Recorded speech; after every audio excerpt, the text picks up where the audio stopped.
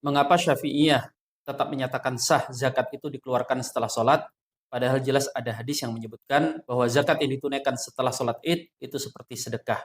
Nah, pertanyaan seperti ini bagus, menunjukkan sikap kritis yang memang harus ada dari setiap muslim, tetapi tidak meninggalkan adab. Karena banyak mereka yang terkadang begitu menemukan adanya perbedaan antara pendapat ulama dengan hadis atau ayat, mereka mengatakan, ente mau ikut ayat dan hadis yang merupakan wahyu, atau perkataan ulama yang tidak maksum. Padahal, jika kita melihat perkataan para ulama yang sepintas bertentangan dengan dalil, jangan buru-buru vonis bahwa ulama itu tidak memakai ayat dan hadis. Bisa jadi ada dalil yang lain yang tidak kita ketahui, atau pemahaman atas dalil tersebut yang kita perlu ketahui lebih jauh.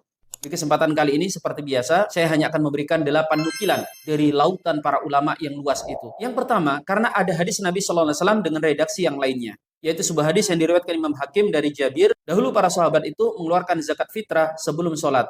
Amir berkata, siapa yang mau silahkan dia menyegerakannya, dan siapa yang mau silahkan dia mengakhirkannya. Yang kedua, alasan bahwa zakat fitrah tetap boleh dibayarkan setelah sholat adalah praktek Nabi SAW yang beliau membagikan zakat fitrah itu juga selesai sholat. Hadis dari Ibnu Umar, beliau berkata, kunna nu'maru an nukhrijaha qabla an nukhrija ila sholah. Summa yaqsimuhu Rasulullah SAW bainal masakin idang sarafa.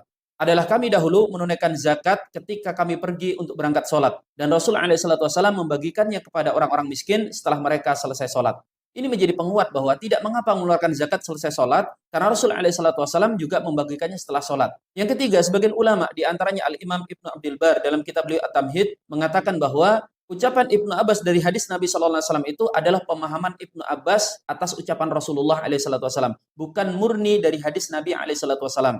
Karena memang lafaz hadis tersebut redaksinya seperti ini, farada Rasulullah sallallahu alaihi wasallam zakat al-fitr tahuratan lisaim minal lagwi war rafas wa tu'matan lil masakin. Rasul sallallahu alaihi wasallam mewajibkan menunaikan zakat fitrah bagi orang yang berpuasa untuk menghapus dosa kesia-siaan dan ucapan yang kotor, dan juga untuk memberikan makan kepada orang miskin. Barulah kemudian sambungannya, siapa yang menunaikan sebelum sholat, maka itu adalah zakat. Siapa yang menunaikan setelah sholat hari raya, maka itu seperti sedekah biasa. Yang keempat, para ulama menjelaskan bahwa makna hadis tersebut bukanlah berarti tidak sah, tetapi berkurang pahalanya. Karena jika Rasul SAW tidak menyatakan bahwa zakat setelah sholat id itu tidak sah, maka beliau tentu akan mengatakan, siapa yang menunaikan setelah sholat, maka tidak ada zakat baginya.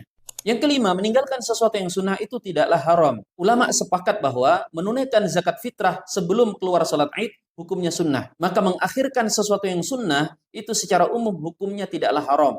Maka inilah yang dipahami oleh para ulama, termasuk kalangan mazhab Syafi'iyah.